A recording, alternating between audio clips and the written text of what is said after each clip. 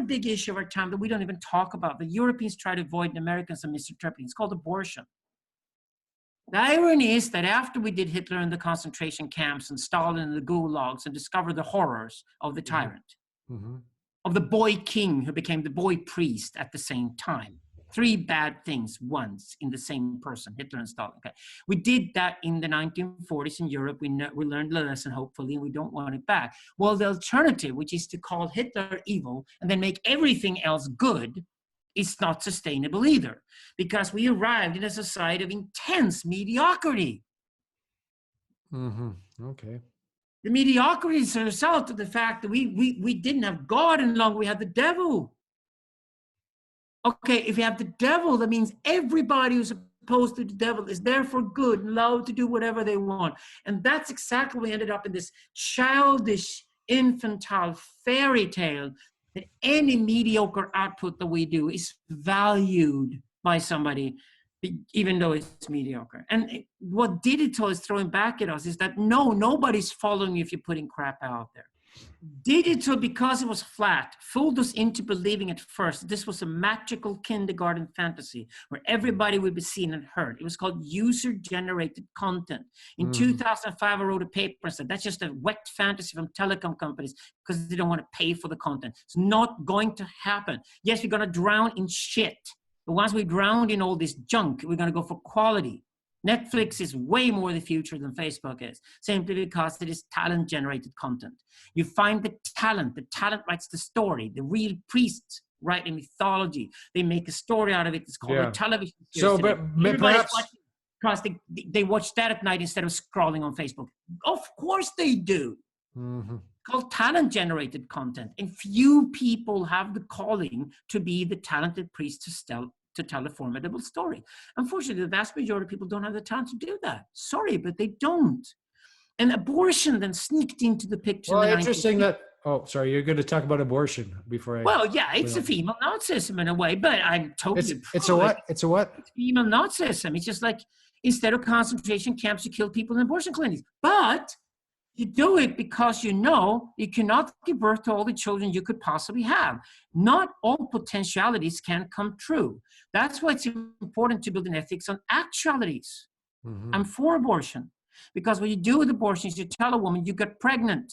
You want to keep the baby or not. And what the woman then does to herself and to her sister, she goes to the matriarch, and the matriarch says, well, you're not really prepared to give birth to that child right now. So you could have another child 2 years from now that otherwise you wouldn't have. And we've then arrived at the beautiful ethical principle, which is that the grown-up generation can only accept the children that it can handle. And any civilized society is based on that. The nation-state borders today has to be protected from uncontrolled migration because we cannot let everybody in. The funny thing is that the people who defend the nation-state borders vehemently are suddenly pro-life, anti-abortion. They don't even get what's going on. What's going on is that we understand the difference between potentiality and actuality, and not all potentialities may happen because we don't have space for that. We don't have time for that. Okay. The vast majority of potentialities will be killed. Every time a sperm hits an egg, 500,000 potentialities are killed. All the sperms that didn't hit the egg are dead. Only one sperm hits the egg. That becomes an embryo. That embryo has the potential to become a human being. Will it be a human being or not? We now decide at the first few weeks. Then it becomes a human being. And we do all we can once it's born to save it. We understand actuality. I'm pro-abortion. Because what the fuck will be the alternative? The alternative is to force women to give birth to children they hate. We did that before. It was disastrous. Yeah, maybe. Yeah. I don't think men should have an opinion. I think the matriarch and the women should decide if they give birth to children or not. I'm totally for that. And sorry, if you were the guy who stick your dick inside that womb and the baby's coming out, you're going to be held responsible for the rest of us men because you were there. That was your ritual. You did that. And because you enjoyed it, you have to take responsibility for it. Nothing else can be nothing else can be ethically acceptable today. And so I'm pro-abortion and pro-nation-state borders, because to me, they're the same thing. We cannot allow an invasion into a system that will kill that system. Okay. And a female body is a system. that should be respected as such. A nation state is a system. Yeah, I see that. I see the analogy. It has to work. Mm-hmm. Yep. So, yeah, I'm going to write about abortion, and I'm going to say abortion is murder, murder is okay. Mm-hmm. We need to rework Hitler and Stalin all over again. We just threw that away, covered it over with the Nuremberg trial and say, we're not them. Uh-huh. Gordon Peterson points that out. That's one of his best moments. When he points out there's a concentration camp commander in all of us. Yeah, that's one of his best points. I agree. There's an abortionist in all of us. There's also a banal anti-abortionist in all of us, and he has to go. Mm-hmm. This is Tower of Babel without hubris mythology.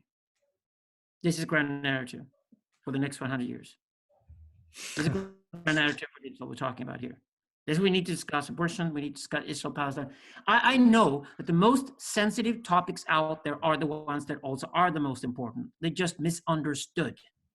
They need to be re-understood and then retold in the proper way. That's deep priestly work. And for me to do that, or do it with other people, takes retraction. That's why I'm pulling out, get the distance, and start looking at from the outside. Why it takes retraction because you're going to get stones thrown at you if you open your mouth about it? Of course. You know, that's the first thing you learn when you're that priest. You say, they throw rocks at you. Yeah. Forgive them because they don't know what they're doing. Mm-hmm. You know, Jesus said that with a yawn.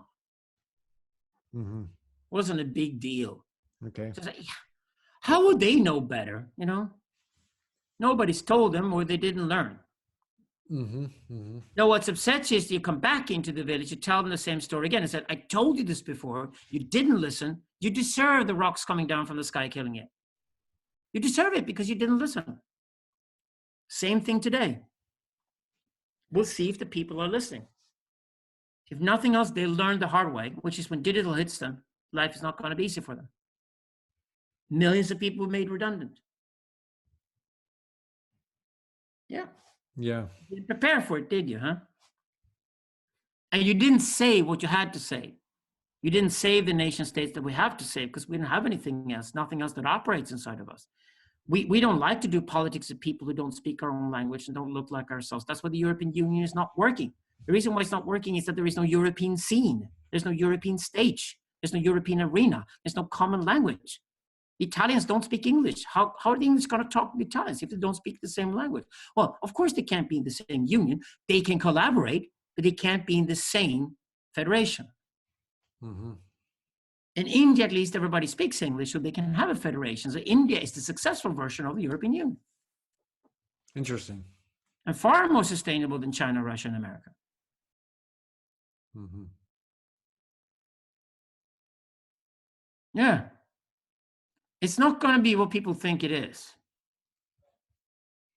My bet. It never is it? It's never what people think it is. It's always. No, my bet is on the small city states that are firmly ruled according to factuality. I don't care if they're democratic or have some kind of a dictator leadership or whatever. I mean, there are benevolent dictators. They can do a good job for a while at least. And as long as people can move, they don't mind staying there either. Okay, back to the shamans. Yeah. Explain the role of the shaman. Okay. You go back to Mesopotamia and Egypt. Mm-hmm. You ask yourself, how were the first cities built? They weren't villages that grew, because the villages were fortresses. Mm-hmm. Villages were 250 people and a wall. It's a good question, right? Yeah, interesting question. So you ask the archaeologists, and they say, well, we looked at it, we discovered that the first thing they built was a ritual place. Shamans. Mm-hmm. So what is a ritual place? It means that you got the Andrew village, the Andrew tribe settled up there upriver, and I settled further down the river with the Alexander tribe. And we realized these tribes are going to kill each other if they get connected with each other, because they always kill each other. That's what they've done as long as they were nomadic. we can't allow that to happen. Just like you and I are discussing abortion here. We're discussing, the nation of Israel and the cosmopolitan Palestinian. We're discussing new solutions to problems that people are stuck with because they've misunderstood them. Same thing here. We need to find a new story that connects people. Okay, what are we going to do? We build a ziggurat. We build stairs towards the sky. Because we think of the phallic gaze in the sky. Somebody looks down on us from the sky. The Urfather looks down on us with a benevolent but firm eye. Okay? So you walk up one side of the stairs and you tell your tribe that we've celebrated the Urfather Andrew in our tribe. And I walk up the other stair and I said, well, we celebrated Urfather Alexander in our tribe. And then Andrew and Alexander sat down by a drawing board. And we looked at this really deeply. And we discovered that actually these are just names. So Andrew and Alexander are the same guy. And his name is God. And God is on the stage, right? So God arrives and monotheism arrives. It's just the ultimate Urfather of all the tribes along the river. And once that story is there, it's only a matter of time before one of the tribes expands and includes the others and creates a federation. And when that group becomes a bit too corrupt and lazy, then the power shifts somewhere else, and then another empire expands from somewhere else. That's why you need a God, right? That's why you need a God, all right? You need a God that you need a God to unite everybody. Yeah. And it was obvious from the very beginning, that's the role of God. God is just a name of all our dreams combined, projected onto one single spot. Yeah. I mean, if I don't have a promise that I could make to something higher than myself, I'm going to waste all my time, drinking or something, Yeah. Yeah, exactly. So you need a higher principle to make promises to. And it is the tribe. To some guys, it's enough to swear loyalty to the tribe. And that means you swear loyalty, the military original marriage between men, soldiers, and it says that I'll take the bullet for you if I can, so you can survive. I'd rather see myself die than you die. You can create enormous loyalty based on that. And that loyalty is to the tribe, meaning the guy who takes the bullet is the guy who's most disposable for the tribe at that moment. The tribe is way bigger than you. And if you're married, you're going to discover that if you die on the battlefield, your wife will be forever celebrating the tribe. Being a war widow is the ultimate status among women. She's probably also the future matriarch because her husband sacrificed himself for the tribe. Okay. And all these dynamics are working within us in the modern world, just on a subliminal sort of level, right? Yeah. Okay. So when we're not doing military work and we're not out there fighting for the tribe, literally, we're going to kill ourselves in the process. The periods in between, when the men do the hunting and the women do the berry picking and the childbearing, when that happens, that means the tribe's going to focus on a story, which is the peacetime story, and that's the story of God. And God then becomes the ultimate Urfather who looks at us benevolently but firmly, meaning he has the phallic gaze. That's what we're programmed to look for all the time. And look to the sky to find this smile that looks at us, but at the same time tells us what reality is like. So we cannot run away from reality. Yeah. So the mother will always tell us. That's what fear of God means in the positive sense. Yeah. Yes. The fear of destiny, the fear of contingency, the fear of surprise, the fear of sudden disease, the fear of going mad, the fear of eating the wrong plant, the fear of being killed by the animal you were supposed to kill. All the dangers out there that you're confronted with every day in your life are fears of God, because destiny itself is God, because time is God. Yeah. The ultimate God is the time axis. Yeah, I was thinking about this. Time axis comes contingency, and we interpret contingency, as Hegel said. We interpret contingency because it's just unfathomable to us. We interpret that as destiny. We look at it in hindsight. That's exactly what things become determined to us, like they're meaningful to us, like they were supposed to happen to us when we look at the past to try to find direction forward. Because what meets us in the future is nothing but a blind, merciless contingency. And we can't handle that chaos. So to find order in that chaos and orientate ourselves, we go back and find meaning in our past. This is Hegel's greatest insight. We find meaning in the past. we make the past meaningful through our storytelling. We were supposed to be here. Mm-hmm. We find meaning in the past. That's great. Yeah. This is religion. This is core in religion. And we haven't left religion at all. We just have bad religion today. Lousy religion, stupid religion, individualism, marketing, everybody being alone, fighting each other, standing in the gym 3 hours a day, doing cosmetics, pumping up muscles, to be on Tinder at night, and then getting drunk and taking drugs just to sedate ourselves because it's so fucking unbearable, the whole thing. So in our first talk, you gave me a definition of religion. Can you say that again? Like, how would you define comes religion? from the old French word religare, it's Latin French, meaning what connects people. What connects people? You know, the old Nokia phrase, right? Connecting people. That's religion. It's nothing to do with gods. It's nothing to do with gods? Don't you have to have a god in religion? Theology. That's theology. That's the knowledge of what God could be or gods could be. That's called theology. You can do polytheology, you can do monotheology. We do syntheology, which is the science or the philosophical discipline that studies how gods are created. Syntheology. That's what I do in Syntheism. That's what I do as a metaphysicist. It's just that I study the origin of gods and what gods are and what role they play in our imagination. Yes. Yeah. I guess there's non-theistic religions and theistic religions, right? Yeah. And polytheistic and syntheistic. Most people in the West would just assume that all religions need to have a god or have gods.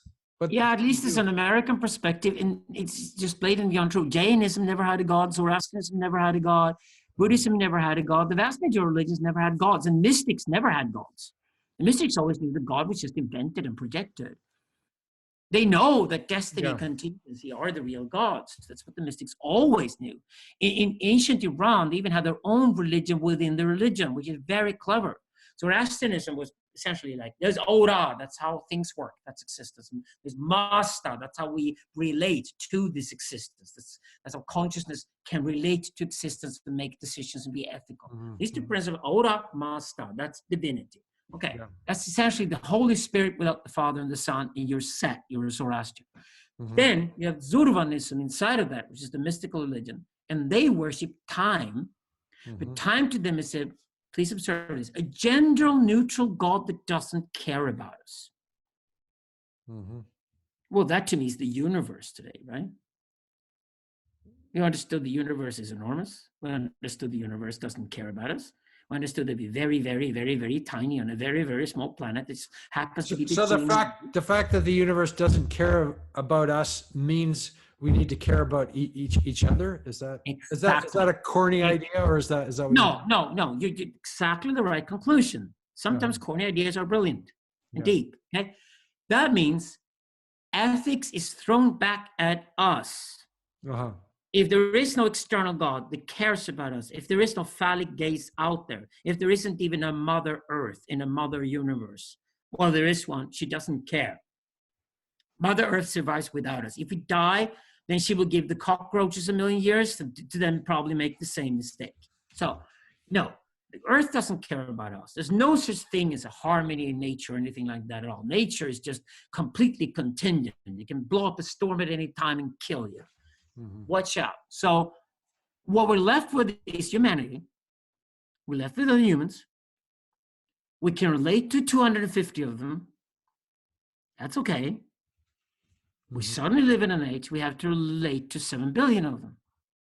And we really pray to the machines that they can help us out. Because if they can't, we will fail. And we'll probably blow ourselves up with the bombs we created. Oh, so you think the machines are going to save us in some sense? I don't think we have any other option. I think the machines are the How can the slaves. How can the machines save us? How could that happen? I don't understand. You know how blockchains work? Not really. The blockchain is a technology, even though it's energy consuming and costly, it can still connect you with 1,000 people in a long chain. Where all these 1,000 people in that chain are strangers to each other and still trust each other. The simple version of that is when you get into an Uber car and the Uber driver is driving his Uber passenger, and you're both giving each other grades for your behavior during that shared experience. Oh, I see. But the technology is still just the vehicle. No, it is. It's not the content. Are byproducts of our technological interaction. You are a byproduct of how you interact with technology. It's digital decides how you think. It was the printing press that decided how you think. This is the genius of Marshall McLuhan. He read Aristotle properly. He got it. So we are byproducts of our own interactions between human beings and between humans and machines. Okay, so I'm dividing human beings and technology. That's the mistake I'm making. Yeah. I see. Yeah, I mean, you and I today here are incredibly digital humans. We would not survive out in the wilderness today. We'd probably die right away because we had no idea how to survive in that environment. Mm-hmm. We're completely dependent on the time and the age and the society we live in. Let's be humble about that. Let's be honest about that. Mm-hmm. Meaning the technology is now available to us. When you think about where they're heading, if they are designed in a way to serve humanity, that means we create more of the blockchains, meaning we create more tools that make us trust strangers because we know we're not going to love the stranger. Derrida, Levinas are wrong. Critchley is wrong. Philosophers had hoped that we could love the stranger. That's just bullshit. It's not going to happen. It doesn't start with how we actually work. It doesn't understand the human psyche. And we have to work from this psyche. Now, what do we do then? Well, we know that the people who can collaborate with thousands of other people can, together with those people, create a value that far outstrips any value where you only stay within a community of 250 with a fortress built around you. Because that's no longer an option. We cannot return to the first villages. There is no global village. Marshall McLuhan was wrong. There's a global empire and a tiny village in our head.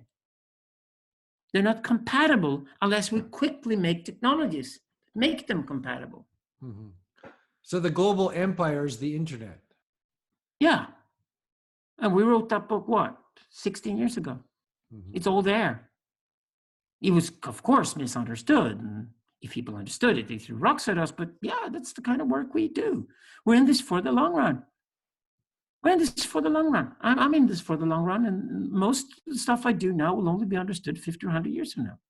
But you get it. And the guys who are on this podcast listening, they get it. That gives me hope. The more we can spread these ideas and the more I can get feedback on my ideas and work on them even further, the happier I am. That's the whole point with this conversation. I call this synthetic intelligence. Without synthetic intelligence, we will not survive on this planet.